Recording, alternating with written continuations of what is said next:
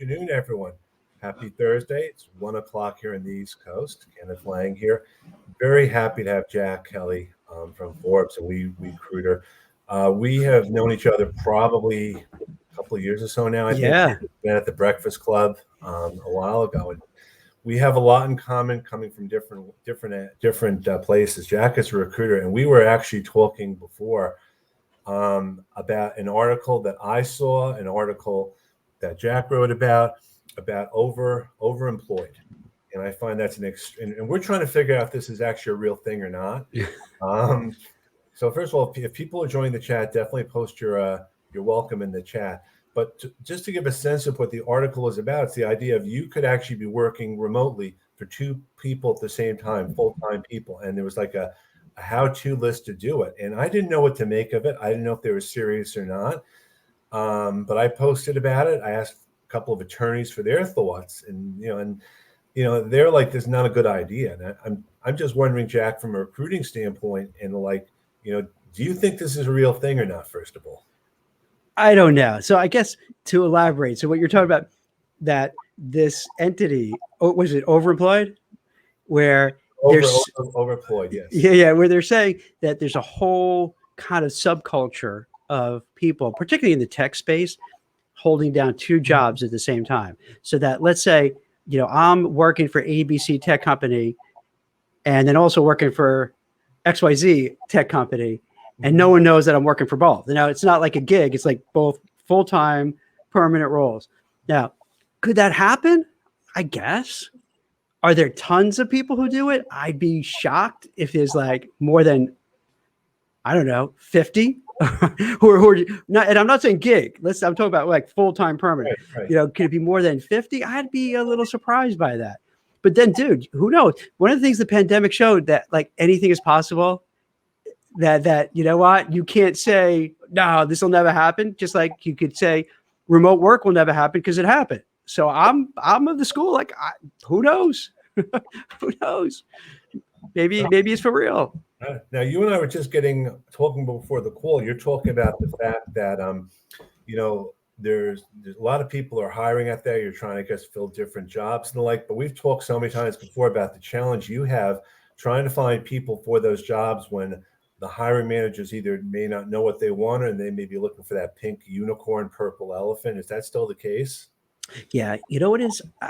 I think that, in my opinion, here's what's happening, is that there's one narrative by the media saying there's the great resignation, that there's, I think now 11 million jobs that are open, so that they feel, wow, there's such action, and it's so hot and so wild.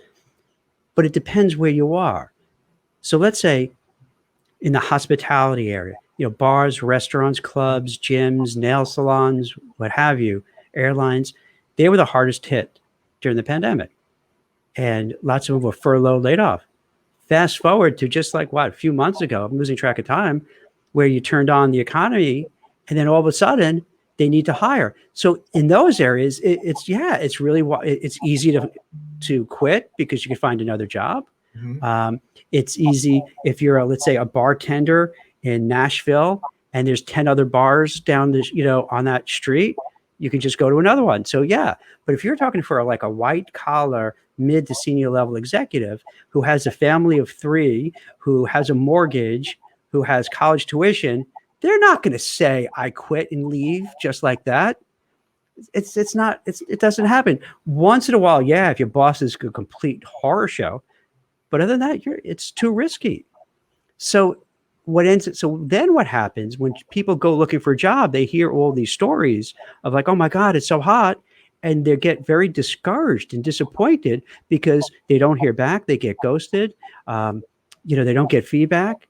They don't get an offer. And then they start doubting themselves because they're like, wait a minute, I'm hearing the narrative that it's so hot, so great. And I think we're doing a really bad disservice to people because we're not really giving them the whole full story. So what I want to do right off the bat is just acknowledge some people here. Maria Force from New Jersey, Jack from Indianapolis. Oh, go Colts. Bob Callison, of course, Carol McCullough, Mike.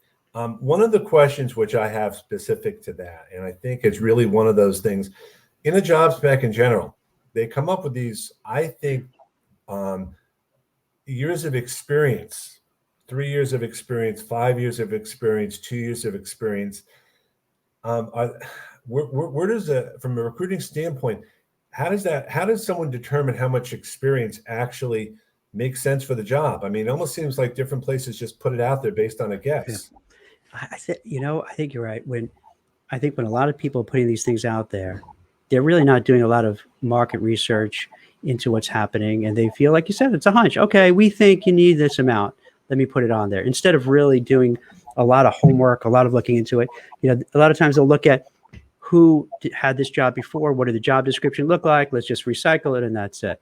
And it's very problematic because for a number of reasons. I'll give you an example.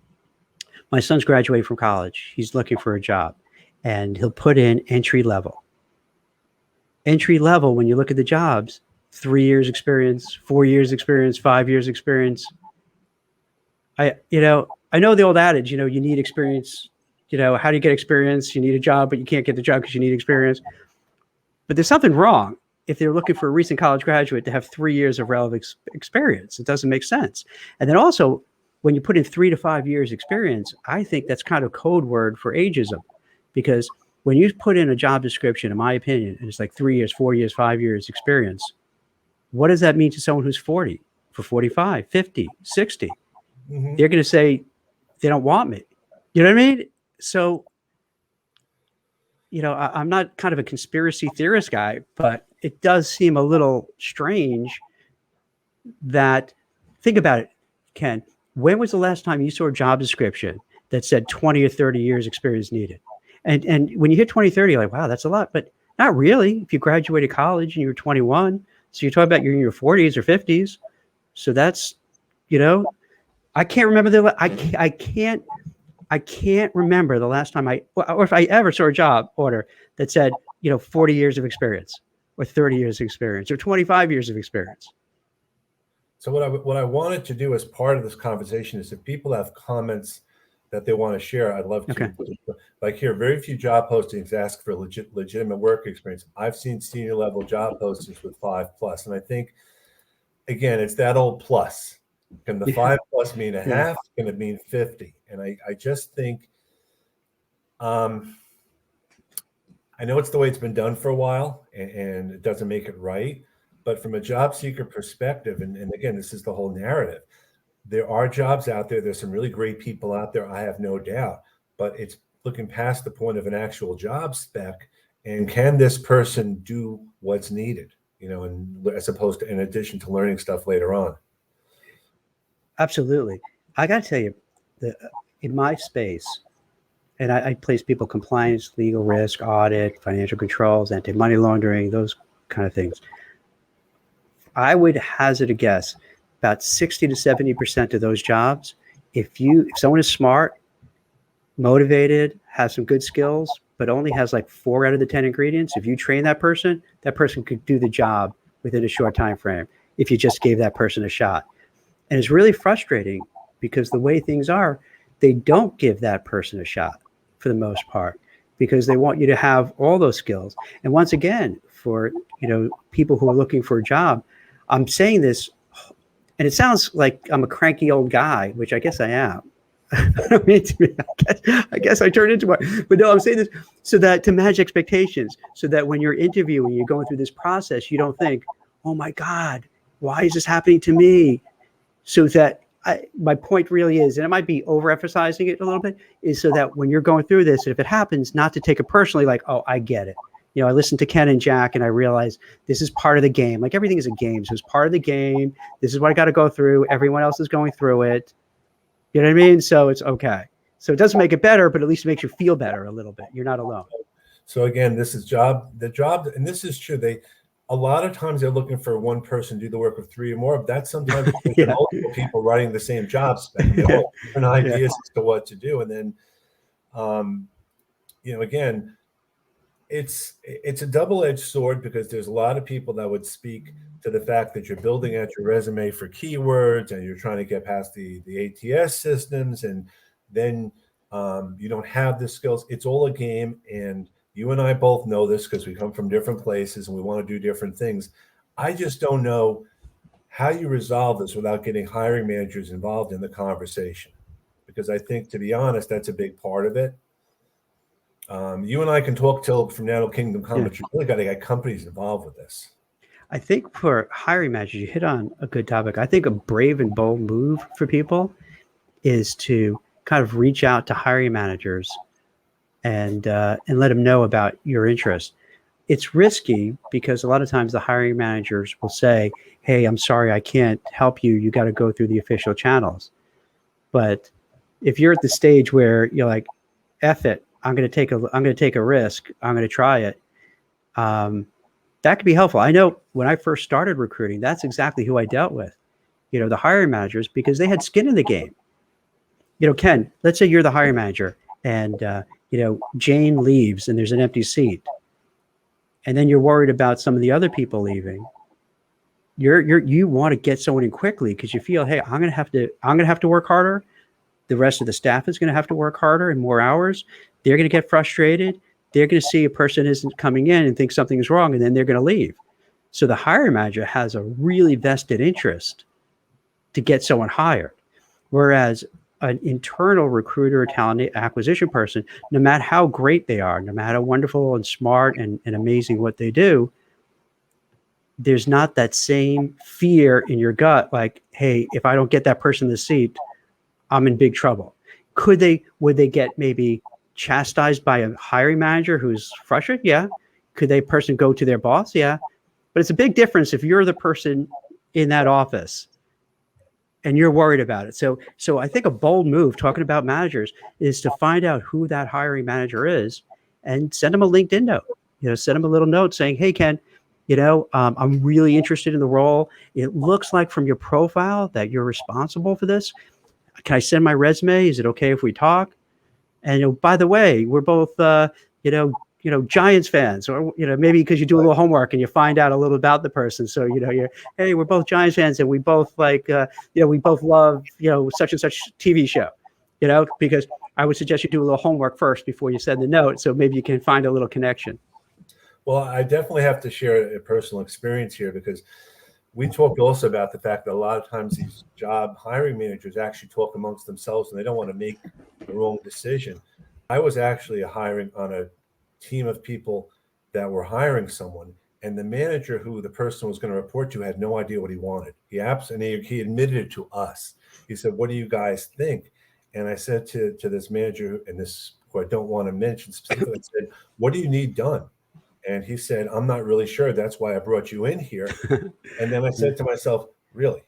You're asking two of us. You don't know what you want, and you're going through the whole process." And he was actually serious because, as it turns out, he didn't really have a pulse on what the department needed. And I think the more you know about that and behind the scenes, it doesn't make it easier. It doesn't make it better. Yeah. But a lot of companies, you want to go in there and you want to sell yourself. I know what you need, or I think this is what you need, or let me prove it to you. And it's just a little bit of a different, well, I'm being ghosted again sort of thing. I tell you, it's hard to be a hiring manager. Yeah. I mean, it's, first of all, you got a lot of pressure because you got to fill the seat, as we talked about before. But then you don't want to make a bad decision, because if you hire a person, like I've done it. I've hired some people in my company that everyone else after a while was looking at me like, "Jack, what is wrong with you? Don't you have eyes? What's wrong?" And if it doesn't work out, you lose a lot of political capital within your company if you make a bad decision and hire someone who turns out to be a complete dud or does something really bad.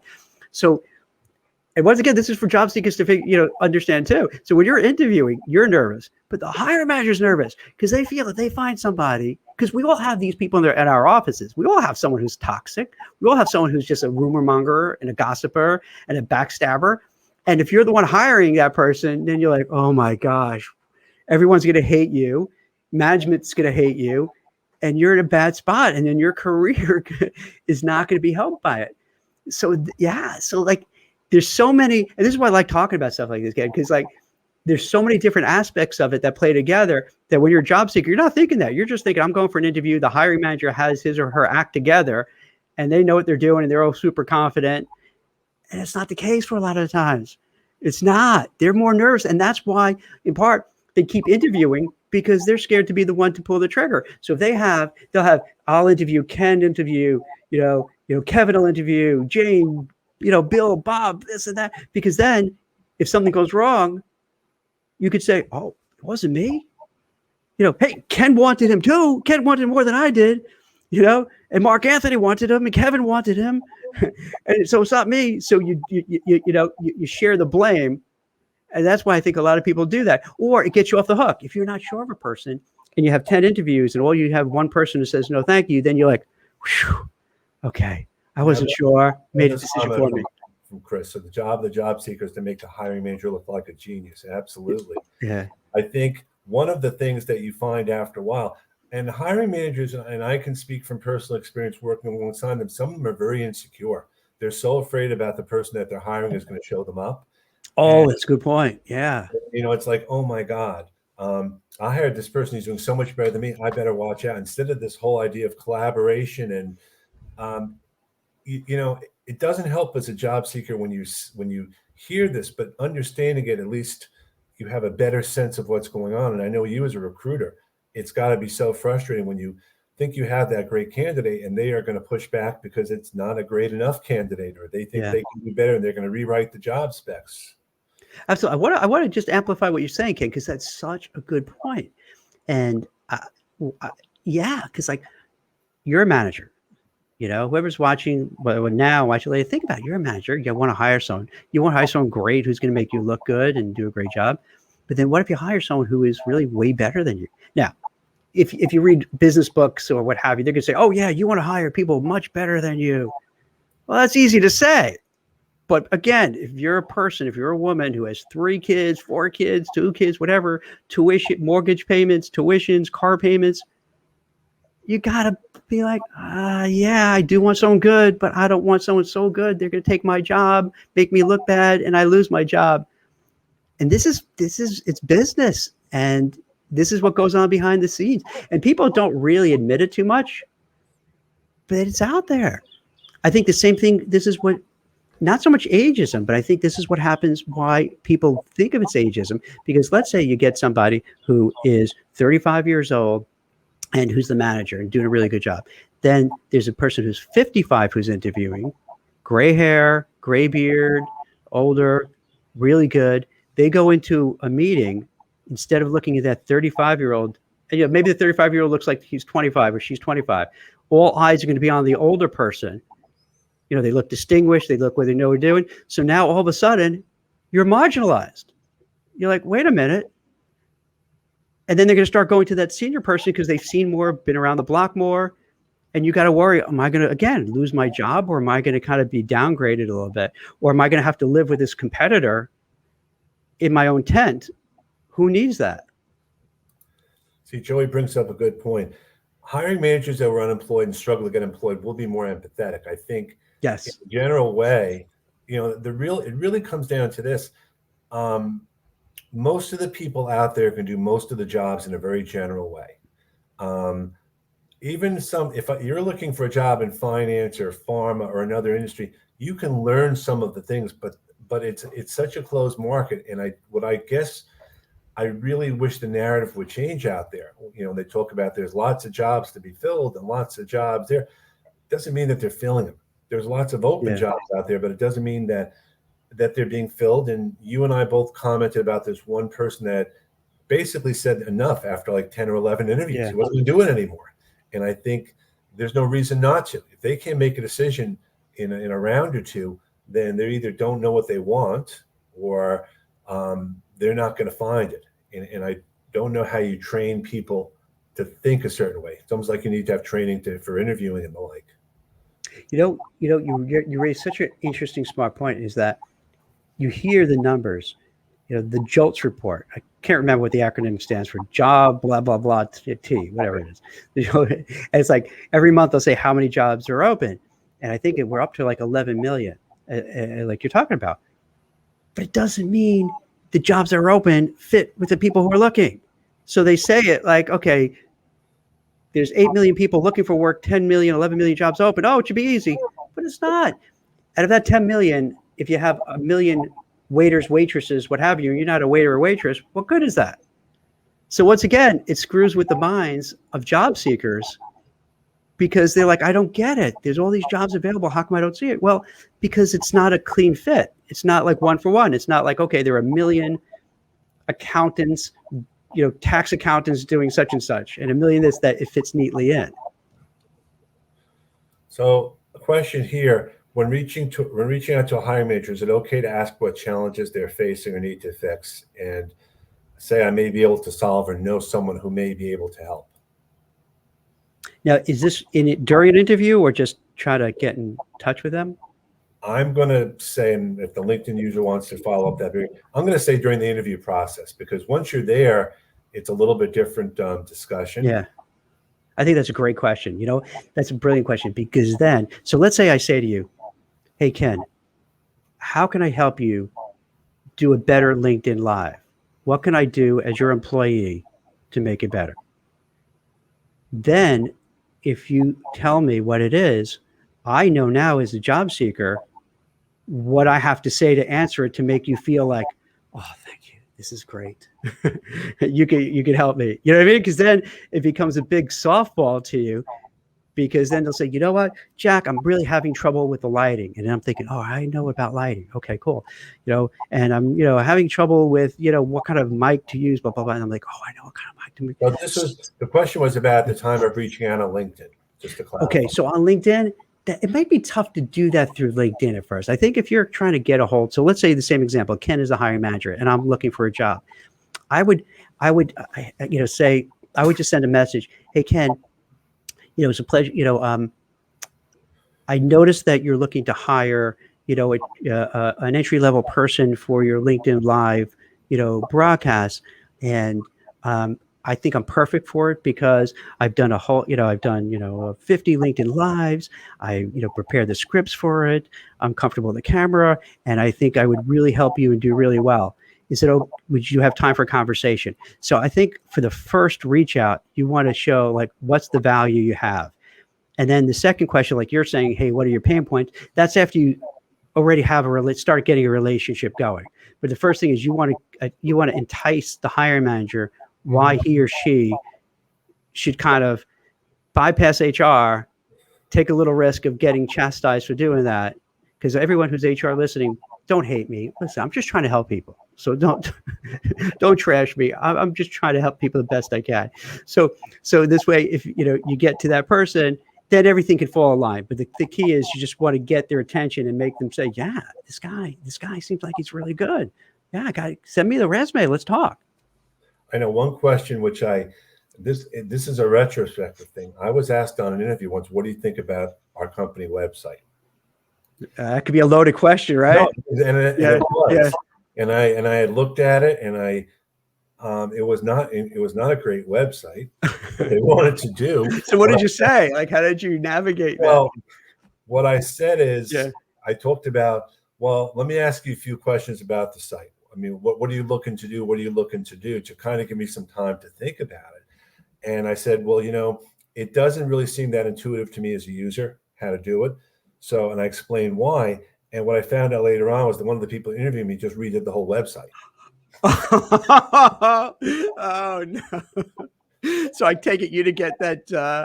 I didn't get that job, but the ironic thing is that one of the people who was on that call went to another company and actually hired me. Oh, okay. There you go. So, but again, it's sometimes you have to be careful how candid you're going to be.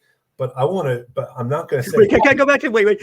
But I like what you said though. You're very classy and very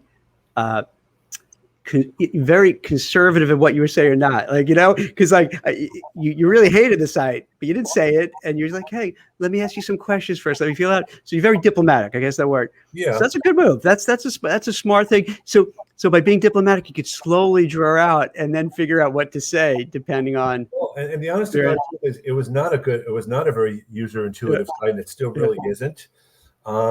But again, what I found out later on also is the packages that we're using to build the website were very limiting. But again, Yeah. you can only go by what you go. But Yeah.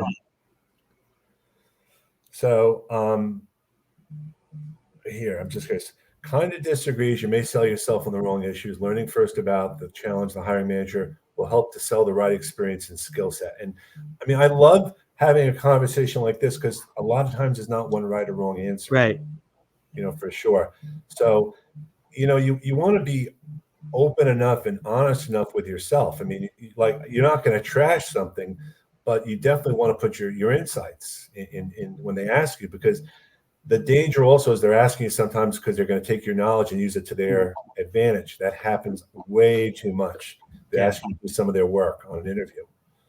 I didn't see who wrote it, but yeah, I agree with you, because the example I gave is kind of a cold reach out, and I'm taking a flyer to make it work. But I agree with you. If you go into it all, and you're absolutely right, because if you go for an interview and you start answering how I could help without really eliciting what the needs are, you could be completely off the mark. Because you could be going with, oh, I could do this, I could do that, I could do the other thing. And the hiring manager's like, I don't need any of that. What do you, like, what's going on here? So I agree with you. And as Ken said, each situation is a little different. A cold outreach, you got to just shoot your shot to see if you get that person's attention. In an interview, then it's a little different. I'm going to put this up again, basically. Learning first about the challenge the hiring manager will help to sell the right experience and skill set. And I think that's kind of what you're alluding to for sure. Yeah. And I agree with this. It's great to come off as a problem solver in an interview. I think one of the challenges that you find, the more you interview, the more times you go out there, the more you have a better sense of what you can and can't say, because you want to leave some things open to when you get hired. You don't want to let everything out there and talk about everything you've done. You want to give them an interest in bringing you back for an interview and hiring you. Because if you tell them everything in the beginning, why would they want to hire you? It's a good point. I would, for an interview, like if I was interviewing now, I would try to lead with all my best points. Right. But then that opens it up for them to ask more questions, to elaborate more. So like you give, 2 or 3, because if you start just going through a whole list, then it's like you're droning on and you lose your audience. So, you have like your 2 or 3, boom, here's great. Mm-hmm. And then hopefully, as you're pointing out, it entices them to want more and to hear more about what you have to offer, what you can do. So one of the questions that comes up, and people ask me this a lot, is it okay to share some of your documentation, your samples with employers as proof that you can do the job? And I usually fall back on I can't, because I've signed a confidentiality agreement. But do you think it's fair or a good idea for hiring managers to just use that as additional ways to determine if someone's good or not? Such a great question. So to be fair, I can't give you firsthand experience. So I'll give you more, just my thoughts on it, because the kind of people I deal with generally aren't the creative kind of folks. They're not, they're not producing stuff. It's more like what they do. Right. I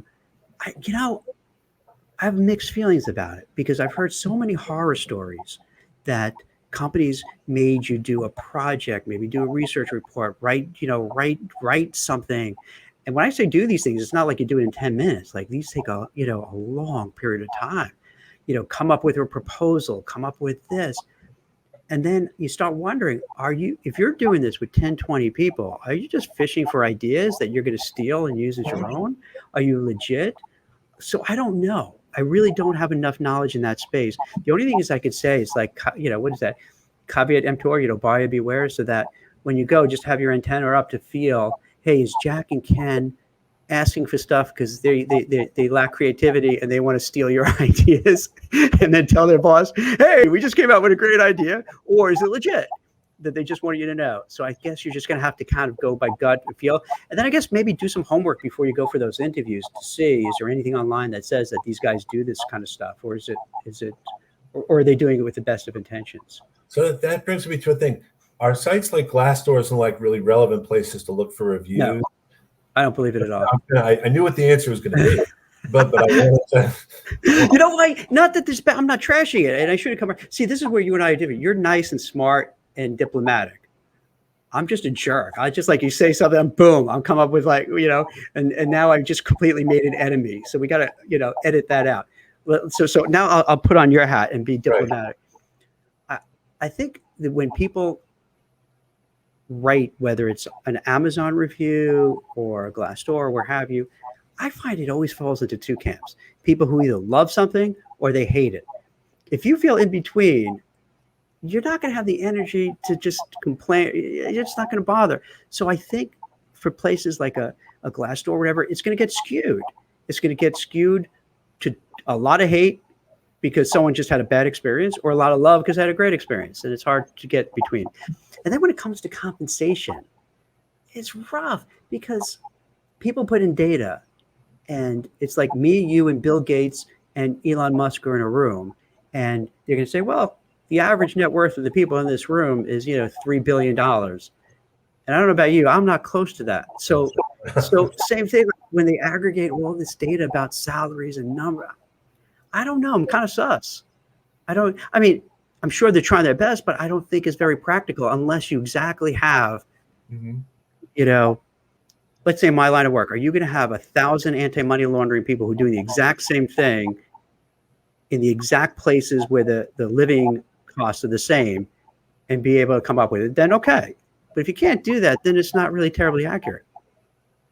So Leonard actually validates what I was thinking. People have had to do presentations for interviews and found out that they sold their audience. That actually did happen to me. So wait, did that actually happen to you, or oh my God? That actually happened to me. It actually happened. Really?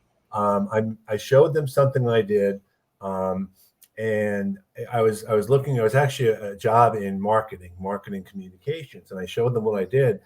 And I was on their email list, and about a month or 2 months later, I saw pretty much what I did. Oh man! Changed the company and all that, and I was like, really? What did you do? That had to be like a punch in the gut. Like, well, at the time I didn't know what to do. Yeah. Because I was like in shock. I was right. Because it's so blatant, Yeah, it's like even with plagiarism now, I didn't know how to handle it. So after a while, I did reach out to someone at the company and said, "It's a great thing. Where'd you get the idea from?" But I did it a little bit of time because I don't know if they would made the connection. And they said, someone who interviewed, shared a sample, and we thought it was really great. So, all right, let's get back to let's get some royalties on that for you, Ken. That brings up the idea that I brought up in a post. People should be paid for their time, whether it's doing a project like that because it's time that they've spent. I don't know how you would quantify that, but if you're asking me to do a project or share something, I should be compensated somehow. All right, can we talk about that for a while? Because that's a really interesting idea. Yep. So can we expand upon it a little bit? Of course. So I wonder. So how we talk about never-ending interviews. Mm-hmm. What if companies would have to pay not only for what you suggested, but for your time interviewing? So if you're going to come in and interview, or let's say it this way, to be fair, 2 interviews, whatever. But if they make you do more than 2 interviews, they should compensate you somewhat for your time. Mm-hmm. Now, it doesn't even have to be a lot of money, but enough that it makes people conscious about the time, how many interviews. So they start thinking, hey, if I'm interviewing Jack again, that's another $250 and another $250 and so on. Now, it's not going to break the bank for the company, but enough, if they do that with enough candidates, that it adds up. And then what did that put pressure on companies to be really, really, really good in interviewing and really focused and pay attention to it and treat it? Because think about it. Anything in life that's free, you take for granted, you don't appreciate it. Right. But if you pay for it, you got it's a whole different ball game. You look at things very differently if you pay for it. So I know you're doing the Bill of Rights for job seekers. Yeah. Maybe that could be in the Bill of Rights that if it's more than 2 interviews, that there should be some sort of compensation. Well, Susie Ellison from Australia, I saw that, she actually wrote about being paid. People should be paid for interviewing the like. She did a whole post about that. Yeah. It does make you wonder. It would be if I'm spending 4 or 5 hours somewhere and I've got to go through multiple people and all that, again, maybe tied to something else. If a company had only a budget for how much they could do just to interview people, and it was a stipend, and that was it, maybe they would think differently. I don't know. But again, this is like my Don Quixote thing, as you know very well. But it seems reasonable. If you're right, and just because it wasn't done before, it doesn't mean it shouldn't be done. It's just no one ever really brought it up. Yeah. What if you had a prepared agreement that the interviewer had to sign in order to proceed? Stipulates if you like my work and use it, you owe me X amount of dollars without having traction. I mean, legally, I don't know what could and couldn't be proven. Yeah. It's hard. It's interesting. So my daughter is majoring in film, and she wants to be an editor, and she was doing an internship with like a production company, and when they send in, and people would send in unsolicited scripts, and they were told, don't read it, don't respond, don't do anything, because they're afraid if you do, if even unintentionally, if they end up making a movie or TV show and it has elements of what in the script, you're going to get a big lawsuit. So they on their side, they're very cautious. Like, hey, nope, don't want to read it, don't want to see it, no, get it away, because they don't want to end up in that kind of spot. So this, you and I are having a conversation like this, and a lot of the stuff that's on here will never make it out to the light of day. But I'm wondering, is it okay for, and I know the answer I'm going to ask, is it okay for job seekers to post some of these types of experiences, whether it's on LinkedIn or somewhere else, or do they just remain silent and accept it as yes, dude, you are asking awesome questions, bro.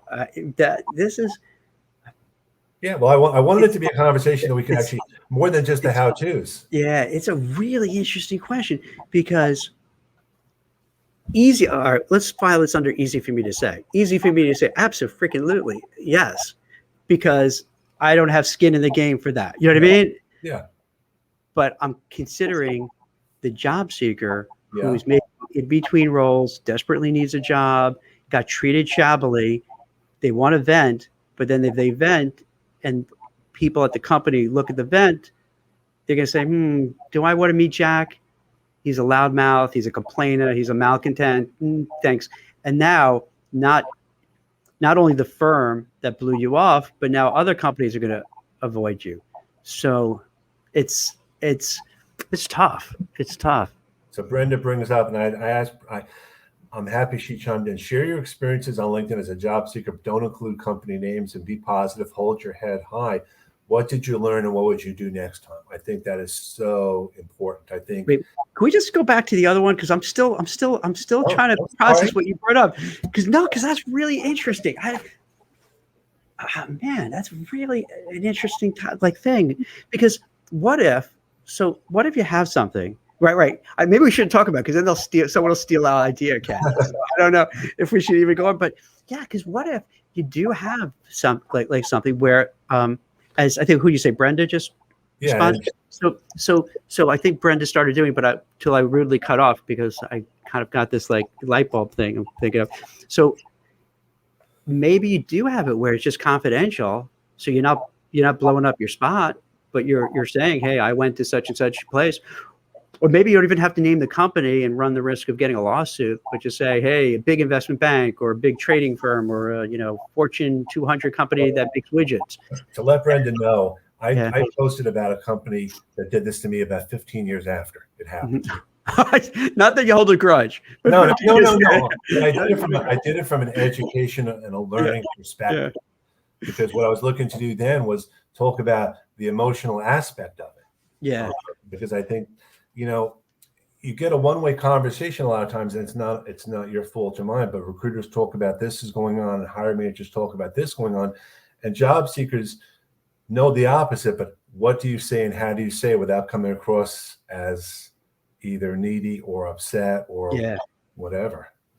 Yeah, because it's like what we're talking about with posting on Glassdoor. It's easy to you get out of the interview and you're feeling like really ticked off, and then you fire out like some venom, and then you're like, oh man, I don't know, did that make me look really bad? But I guess if it's anonymous, well, I got turned down for a job many years ago, and I actually called back the hiring manager after the recruiter called me up. I said, why didn't you hire me?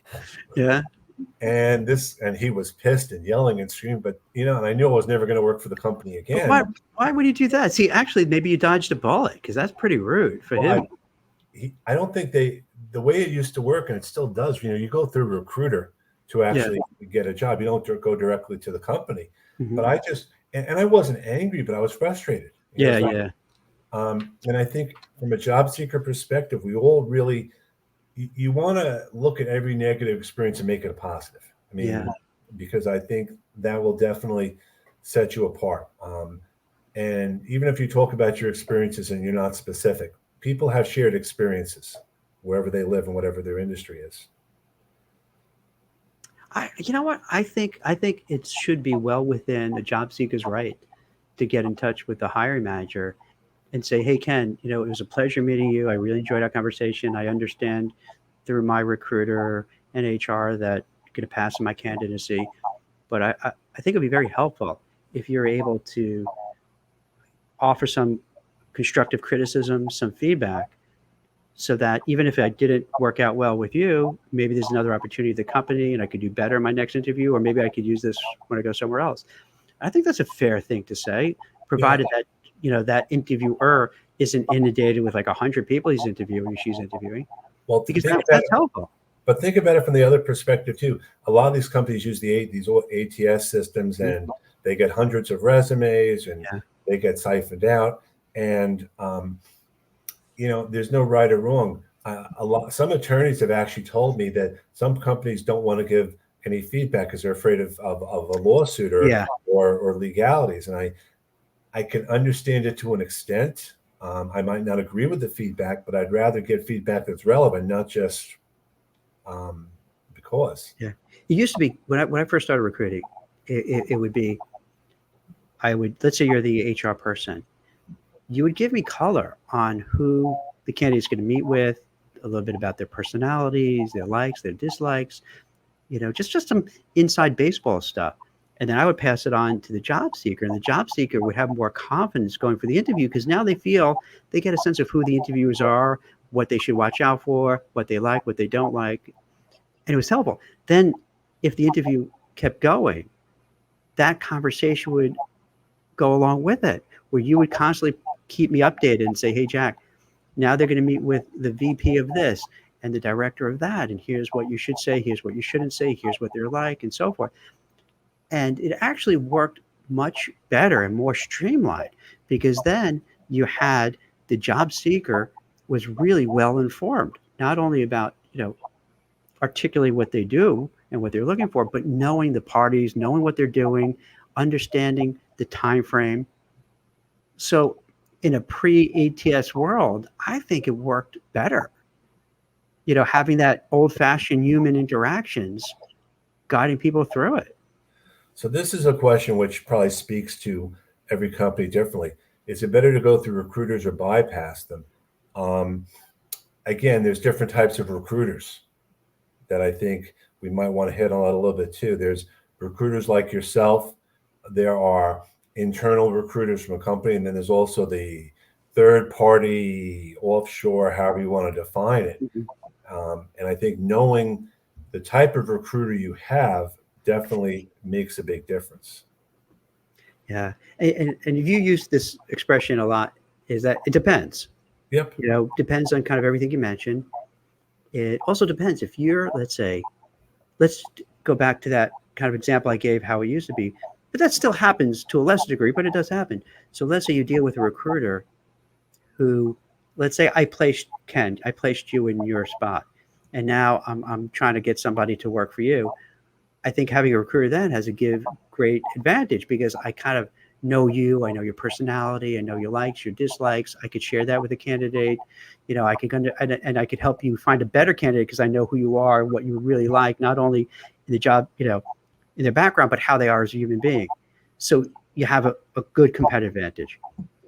Sometimes not having a recruiter is better, because it costs money.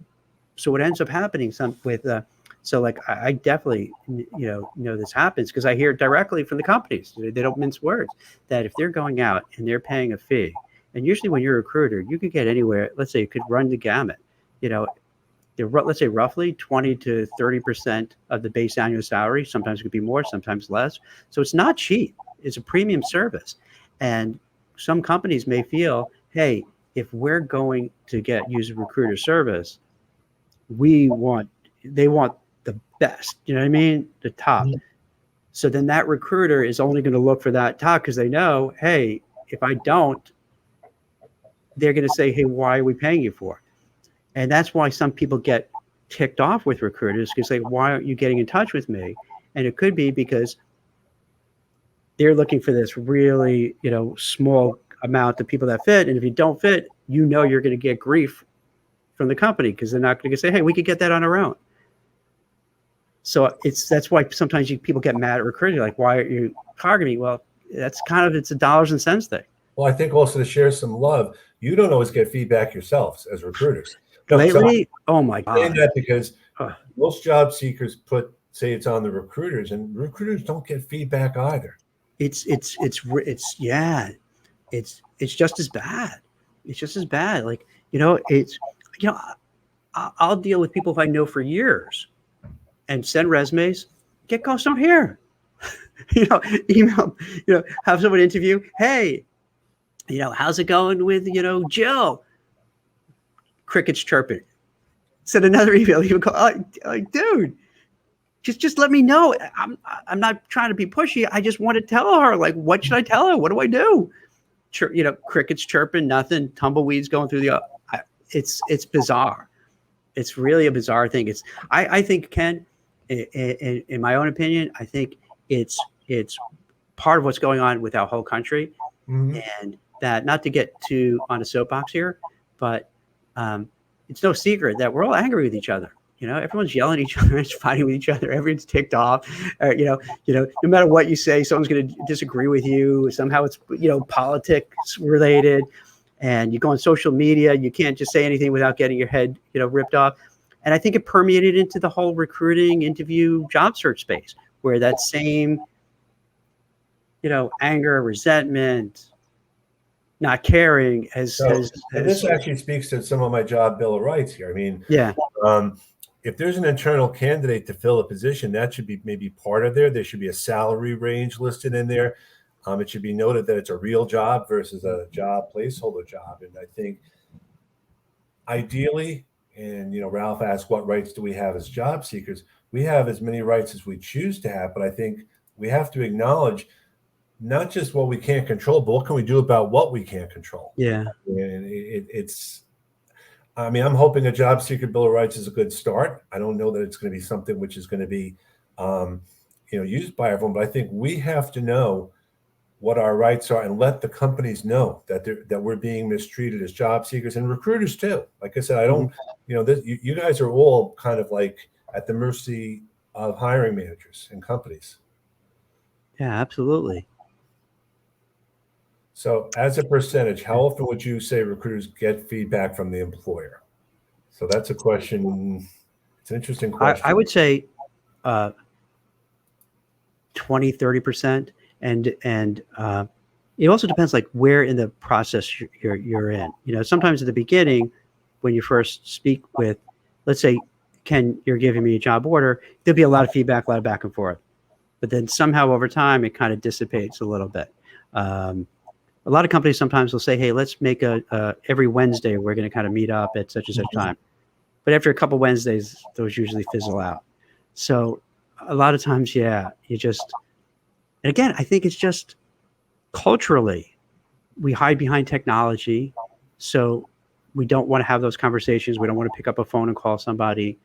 And it's to the detriment of job seekers, because the more information they have, the better they can do in the interview, the more they could succeed. The less information, the less data, the less knowledge and color, it's harder. So, it's not good for job seekers. It's tougher. It makes their life tougher. What would you suggest are some of the main points that job seekers should do? I mean, under the circumstances, besides the basics of having a resume and a LinkedIn profile. That's a good question. I guess a couple of things. I think one is that going into the company, if you could find people that's awesome, because then you can kind of pick their brains and get the feedback. That's not so easy. Sometimes you can, sometimes you can't. So you want to get some insider knowledge. If you don't know somebody, you want to tap your network to see who knows somebody over there, to kind of get a sense of it. And then I subscribe to this. Like, I think what works is being polite but persistent, so that when you're looking for feedback or you need information,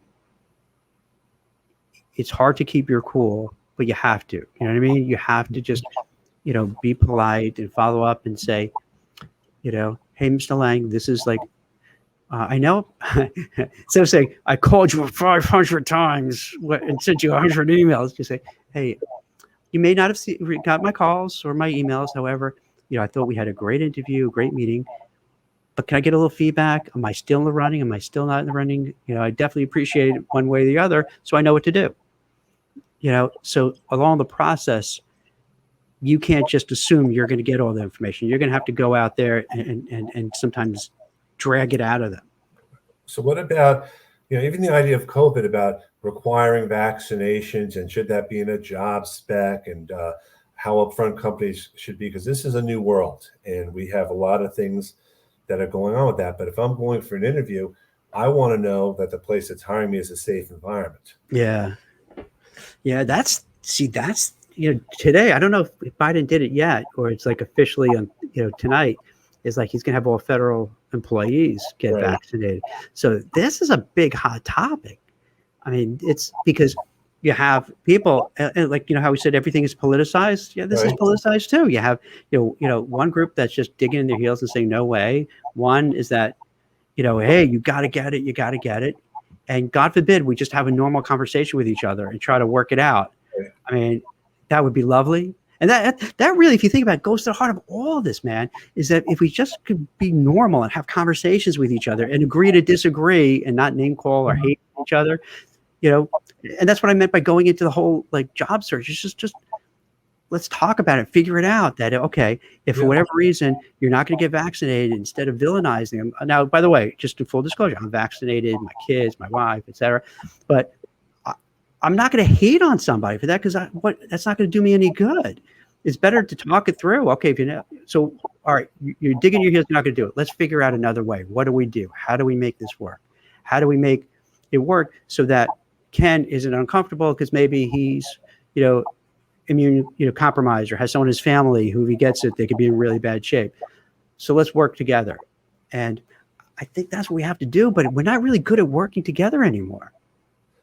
I think you're absolutely right. I think, there's been talk now about making this part of the Americans for Disabilities Act and having things set up. But I wanted to give you the time to talk about Recruiter, because that's your baby, and you should let people know about it. So Thanks. About that. Well, hey, you know what? Let me brainstorm with you, because one thing I've been working on with is this. And once again, I hope no one steals the idea. Well, that's not such a novel idea. So what I'm thinking, the way companies pushed back the start dates of returning to office. At first it seemed like, okay, we can get back, and then the Delta variant came and it was a big curveball. And then we're saying, okay, after Labor Day. Now, like Apple, Google, Microsoft, a lot of firms are pushing it back to January. By January, it's like 2 years that we've been in a pandemic. And I'm seriously thinking that how many people are going to be wanting to go back? Let's say guys like you and me who have to schlep in from New Jersey into New York. And for people who don't know the geography, it's not terribly far, but to get into New York City could easily be an hour and a half one way, an hour and a half back, and not an easy 1.5 hour. Nope. It's stop, go, train breaks down, bus breaks down, go on the highway, there's traffic, there's an accident. It's really bad. It's terrible. So after 2 years of not having to do it, I don't know how people go back. So what we've been working on is to have Recruiter. And Recruiter is basically a platform to help people. We started during the pandemic, and we didn't charge people. We just wanted to help out. We had Zoom calls to help give, advice and guidance how to interview.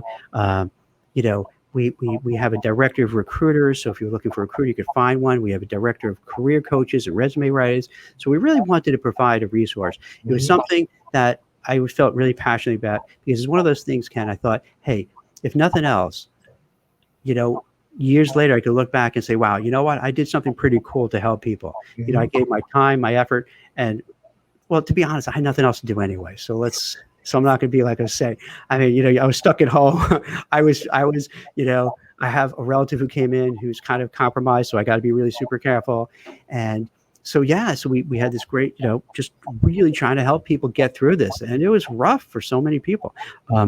So what I'm working on now is for a job board, but really for remote and hybrid workers, because I'm thinking that might be the future. It might not be for everybody, but it does seem from the folks I'm talking to that a large majority either want 100% remote work, or if they do hybrid, only maybe 2 days a week. So I'm thinking, hey, the project I'm really working on now is to have a robust, board where you could have these remote jobs. And the kind of folks I deal with that I know most about are usually, people working in mid-sized to large organizations, people who are like white collar professionals. And so they have a choice nationwide and worldwide of, working on that too, so that they don't feel the pressure of like, hey, now I have no choice. I have to go schlep back into New York or Los Angeles or San Francisco, or wherever the case may be. Or it could be like, wait a minute, I could work in Silicon Valley now. I don't have to live there. Oh my God, that's amazing. Or if you're in the Midwest and you want to work for a Wall Street firm, you're like, wait, I don't have to move there. I could live where I am. And so to me, that's such a game changer for people. Think how awesome it is if you're in a lower cost city or state and you don't have to move to an expensive place, and you can still make a nice living and work remote. Boy, you got it made, and you can have quality time with your family and friends and have hobbies. So that's kind of what I'm really excited about doing. I do notice there are other sites out there that do it, but I do notice a lot of them are more like social media people, for graphic artists, for, things that have pre-COVID, that people are already doing remote. But for a lot of white collar professionals, they really, for the most part, haven't been remote. So this is kind of this last year and a half is the first time they're really doing it in earnest. So if people watching that want to know more about it, feel free to hit me up. And I'm open to ideas and suggestions too, because we're still kind of in that beta phase. So if you have ideas, thoughts, comments, job orders you want to post, let me know. I'd love to talk to you. Well, I want to thank you very much, Jack, for the conversation today. My pleasure. I thank everyone for being on the call. You always provide great knowledge. They're great questions, right? Well, again, a lot of this just comes up in general from having all these conversations, for sure. So I look forward to having future conversations. We have Virginia Franco coming next week. Lions, Tigers, Resumes, Oh My, with Claire Davis. Have a great day, everyone. Take care. Stay safe. Well, thank you so much. Bye. Yes, bye.